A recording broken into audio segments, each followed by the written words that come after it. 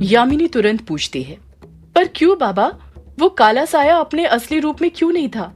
रज्जन यामिनी के सवाल का जवाब देता है, पता नहीं बेटी, ये बात मेरी भी समझ में नहीं आई कि वो काला साया अपने असली रूप में क्यों नहीं था। उसको देखकर ऐसा लग रहा था जैसे वो युग और उसके दोस्तों से छुप रहा हो। यामिनी हैरानी के साथ कहती है, क्या कहा बाबा आपने? वो काला साया युग बाबू और उनके दोस्तों से छुप रहा था? रज्जन यामिनी की बात में हामी भरते हुए कहता है, हाँ यामिनी बेटा, तभी तो जब उस काले साये को जैसे ही युग और उसके दोस्तों की आहट सुनाई दी, वो वहां से तुरंत गायब हो गया और फिर उनके सामने नहीं आया। यामिनी खामोश रहती है, चुपचाप रज्जन की बातें सुनती रहती है। रज्जन अपनी बात पूरी करते हुए कहता है, दूसरी बार भी वो काला साया तभी सामने आया था जब ग्रेवयार्ड कोठी में युग और उसके दोस्त नहीं थे। यामिनी बीती बातें याद करते हुए कहती है, बाबा कहीं आप उस रात की बात तो नहीं कर रहे जब हम सब उस अघोरी के ठिकाने पर गए थे? रज्जन हामी भरते हुए कहता है, हाँ यामिनी बेटा, मैं उसी रात की बात कर रहा हूँ। उस रात तेरी मौत का बदला लेने के लिए मैं ग्रेवयार्ड कोठी जा रहा था। मैंने सोच लिया था या तो उस रात वो युग रहेगा या फिर मैं। मेरा एक ही मकसद था, उसे मारना। पर जब मैं ग्रेवयार्ड कोठी पहुंचा तो मैंने देखा कि कोठी के अंदर अघोरी खड़ा हुआ था जो कि यक्षिणी को पुकारे जा रहा था। इतना कहकर रज्जन अतीत की यादों में चले जाता है। इस वक्त रज्जन अपने कदम ग्रेवयार्ड कोठी की तरफ बढ़ा रहा था। जब वो ग्रेवयार्ड कोठी पहुंचता है तो देखता है कि कोठी का दरवाजा पहले से खुला हुआ था। रज्जन समझ जाता है कोठी के अंदर जरूर कोई न कोई था। रज्जन कोठी के दरवाजे के पीछे छुप जाता है और कोठी के अंदर झांक कर देखने लग जाता है। वो देखता है कि अघोरी ग्रेवयार्ड कोठी के एकदम बीचों बीच खड़ा हुआ था। उसने अपने लंबे बालों की सिर पर जटा बांधी हुई थी। आमतौर पर वो अपनी जटा खुली ही रखता था, उन्हें बांधता नहीं था। अघोरी यक्षिणी को पुकारते हुए कहता है, यक्षिणी कहां पर है तू? देख मैं आ गया।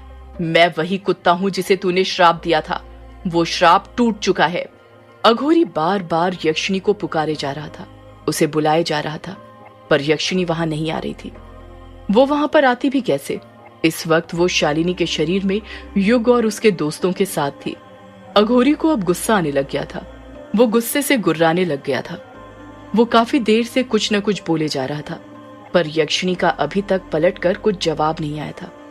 अघोरी यक्षिणी को बुलाने के लिए उसे उकसाते हुए कहता है, मुझे पता है आज भी तू मेरे सामने आने से डरती है कि कहीं मैं तुझे अपनी दासी बनाकर ना रख लूं।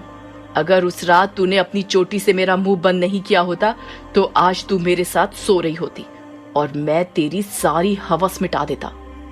जैसे ही अघोरी ये बात बोलता है, ग्रेवयार्ड कोठी में हलचल मचने लग जाती है। ग्रेवयार्ड कोठी की खिड़कियां खड़खड़ाने लग जाती हैं। लाइटें बार बार बंद चालू होने लग जाती हैं। अघोरी अपने दोनों हाथ फैलाकर हंसते हुए कहता है, आजा आजा आजा यक्षिणी, तुझे नहीं पता इस दिन का कितने सालों से इंतजार कर रहा था। आज फैसला होकर रहेगा, या तो तू रहेगी या फिर मैं। अब मुकाबला बराबरी का होगा। देखते ही देखते ग्रेवयार्ड कोठी के अंदर जितनी भी खिड़कियां थीं, सबके कांच टूट जाते हैं। वो लालटेन झूमर जो अघोरी के सिर के ऊपर था, वो धीरे धीरे हिलने लग जाता है। उसके अंदर की सारी बातियां एक साथ बुझ जाती हैं। जैसे ही वो बातियां बुझती हैं, उसके अंदर से निकलता हुआ काला धुआं आपस में मिलकर एक होता है और झूमर के सबसे ऊपरी हिस्से पर पहुंच जाता है। उस धुएं में से एक बड़े से हाथ की परछाई निकलती है जो झूमर को उसकी जगह से हिलाने लग जाता है। वो झूमर तेजी के साथ नीचे आने लग जाता है। वो झूमर अघोरी के सिर पर गिरता उससे पहले ही अघोरी की नजर उस झूमर पर पड़ जाती है और वो उस जगह से तुरंत हट जाता है। वो हाथ की परछाई भी तुरंत झूमर पर से गायब हो जाती है। अघोरी झूमर के वार से बचते हुए अपनी भवें ऊपर करते हुए कहता है, पीठ पीछे क्या वार करती है यक्षिणी? सामने आ। लगता है ये औरतों की पीठ पीछे वार करने की आदत कभी नहीं जाने वाली। अघोरी के इतना कहने की देर ही थी कि अगले ही पल उसकी आंखों के सामने एक काला साया आकर खड़ा हो जाता है, जिसे देखकर अघोरी डर के मारे कांप जाता है। वो काला साया अघोरी से भी हट्टा कट्टा था। वो अघोरी से कई ज्यादा बलवान लग रहा था।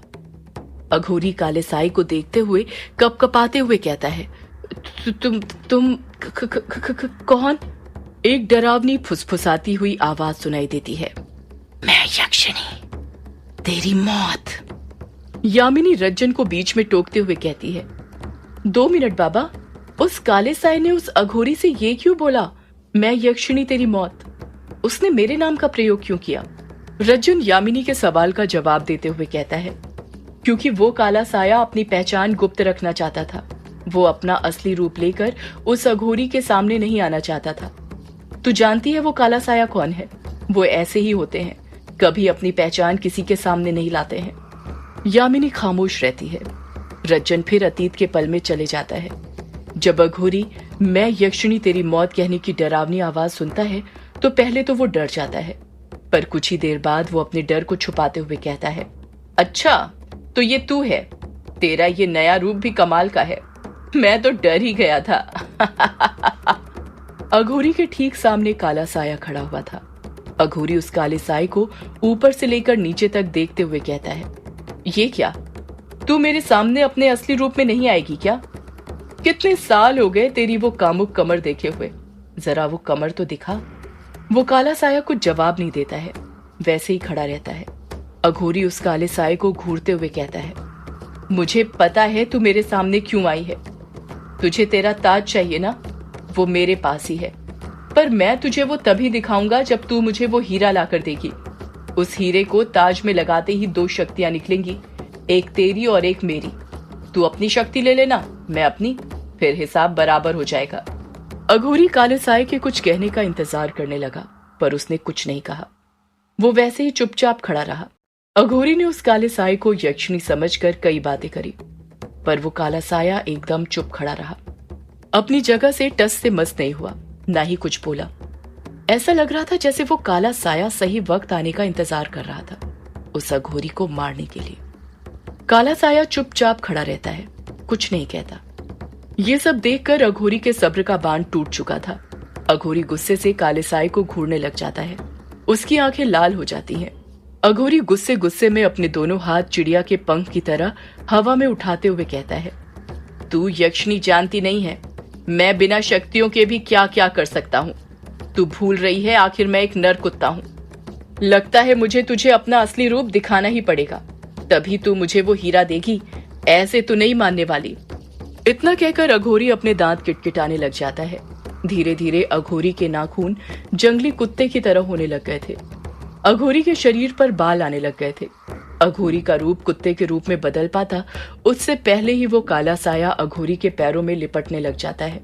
अघोरी घबराते हुए कहता है, ये तो क्या कर रही है यक्षिणी? मुझसे लिपट क्यों रही है? मेरे पैर छोड़। वो काला साया अघोरी से लिपटता रहता है। उसके पैर पूरी तरह से काले साए ने लपेट दिए थे। अघोरी के पैर काले होकर जम गए थे। वो अपने पैर हिला तक नहीं पा रहा था। अघोरी गुस्से से कहता है, ये तू क्या कर रही है मेरे साथ? छोड़, छोड़ मुझे, मैंने कहा छोड़। देखते ही देखते वो काला साया अघोरी की गर्दन तक लिपट जाता है। अब बस अघोरी का चेहरा बचा हुआ था जिस पर वो काला साया नहीं लिपटा था। अघोरी डरते हुए कहता है, ये क्या हो रहा है? ये कौन सी शक्ति है तेरे पास जिसे मैंने आज तक नहीं देखा? यक्षिणी तेरे पास ये शक्तियां कहां से आई? एक डायन के पास ये शक्ति कैसे आ गई? क्या किया है तूने? बता, ये क्या कर रही है तू मेरे साथ? देखते ही देखते वो काला साया उस अघोरी के मुंह पर भी लिपट जाता है। अघोरी अब कुछ बोल तक नहीं पा रहा था। वो काला साया पूरी तरह से अघोरी से लिपट गया था। कुछ पल के लिए वो काला साया ऐसे ही लिपटा रहता है और देखते ही देखते काले साए में से आग की लपटें निकलने लग जाती हैं। ऐसा लग रहा था जैसे अघोरी जल रहा हो, पर उस काले साए को कुछ नहीं हो रहा था। अघोरी दर्द से चीखने लग जाता है, आह आह। अघोरी की दर्द से कराहने की आवाज ग्रेवयार्ड कोठी के अंदर गूंजने लग गई थी। जैसे ही अघोरी की कराहने की आवाज बंद होती है, वो काला साया जो अघोरी के बदन से लिपटा हुआ था उससे अलग हो जाता है और अघोरी के सामने खड़ा हो जाता है। वो काला साया भारी डरावनी आवाज में हंसने लग जाता है। अघोरी मूर्ति बन चुका था, उसकी धड़कनें थम चुकी थी। वो काला साया ग्रेवयार्ड कोठी के अंदर चारों तरफ खिड़कियों के पास घूमने लग जाता है। जैसे ही वो काला साया दरवाजे के पास पहुंचता है, रज्जन तुरंत वहां से फरार हो जाता है। वो अपनी जान बचाकर वहां से भागने लग जाता है, क्योंकि उसका मकसद युग को मारना था, उस काले साए को नहीं। वो अच्छे से जानता था कि वो उस काले साए का मुकाबला नहीं कर सकता था। अगर उसके पास शक्तियां होती तब भी नहीं। जब वो भाग रहा था उसी वक्त ग्रेवयार्ड कोठी से कुछ ही दूरी पर युग ने उसे भागते हुए देख लिया था। और युग उसका पीछा करने लगा था। उसी दरमियान मौका हाथ से ना जाए इसलिए रज्जन रुक गया था और वो युग को मारने लग गया था। पर तभी वहां युग के दोस्त उसे बचाने आ गए और उसे वहां से भागना पड़ा था। रज्जन अपने अतीत की यादों में से बाहर आ जाता है। यामिनी खामोशी के साथ रज्जन की सारी बातें सुने जा रही थी। रज्जन की आवाज सुनाई देना बंद हो गई थी। यामिनी कहती है, बाबा, वो काला साया सबसे अपनी पहचान छुपा रहा है। वो किसी के सामने नहीं आना चाहता। अगर मैं उसे युग बाबू और उनके दोस्तों के सामने ले आऊं तो हो सकता है वो लोग उस काले साये से सामना करने में मेरी मदद करें। रज्जन की बौखलाहट के साथ आवाज सुनाई देती है, ऐसा करने की तू सोचना भी मत। तू खुद सोच, जब वो छुपकर ही इतनी तबाही मचा सकता है तो तब क्या होगा जब तू उसे सबके सामने ला देगी। वो और खूंखार बन जाएगा। वो अपने असली रूप में आ जाएगा और यदि वो काला साया अपने असली रूप में आ गया तो सबकी मौत निश्चित है। कोई नहीं बचने वाला फिर ग्रेवयार्ड कोठी के अंदर। जैसे ही यामिनी रज्जन की ये बात सुनती है वो खामोश हो जाती है। रज्जन अपने अंदर की भड़ास निकालते हुए कहता है, और तू ये युग और उसके दोस्तों को अच्छा मत समझ। एक नंबर के कमीने हैं वो। देखना, जिस रोज उन्हें पता चलेगा शालिनी के शरीर के अंदर तू है, वो तुझे भी जला देंगे। ये इंसान किसी के सगे नहीं होते, हमेशा अपने मतलब के लिए जीते हैं। पता नहीं क्यों जैसे ही यामिनी रज्जन के मुंह से युग और उसके दोस्तों के बारे में ऐसे शब्द सुनती है वो मायूस हो जाती है। उसके मन को अजीब लगने लग जाता है। यामिनी को ऐसा लगने लगा था कि कहीं ना कहीं वो भी युग के दोस्तों की दोस्त बन गई थी और उनके बारे में एक शब्द भी बुरा नहीं सुन सकती थी। दोस्ती यही होती है, कब हो जाती है पता ही नहीं चलता है। यामिनी बात को बदलते हुए कहती है, बाबा, वो काला साया सबके सामने क्यों नहीं आ रहा? रज्जन जवाब देता है, जितना मुझे लगता है उस हिसाब से वो काला साया किसी चीज का इंतजार कर रहा है। यामिनी फिर रज्जन को बीच में टोकते हुए कहती है, किस चीज का बाबा? वो काला साया किस चीज का इंतजार कर रहा है? रज्जन जवाब देता है, पता नहीं बेटी, पर जिस तरह तू ग्रेवयार्ड कोठी अपने मकसद से गई है, ठीक उसी तरह वो काला साया भी किसी न किसी मकसद से वहां पर है। तभी तो वो उस ग्रेवयार्ड कोठी को छोड़ नहीं रहा है, वहीं पर अपना डेरा जमाए हुए है। यामिनी चुप खड़ी रहती है, कुछ नहीं कहती है। रज्जन आके कहता है, तेरे पास वक्त बहुत कम है बेटी, इसलिए कहता हूँ ये युग और उसके दोस्तों को छोड़।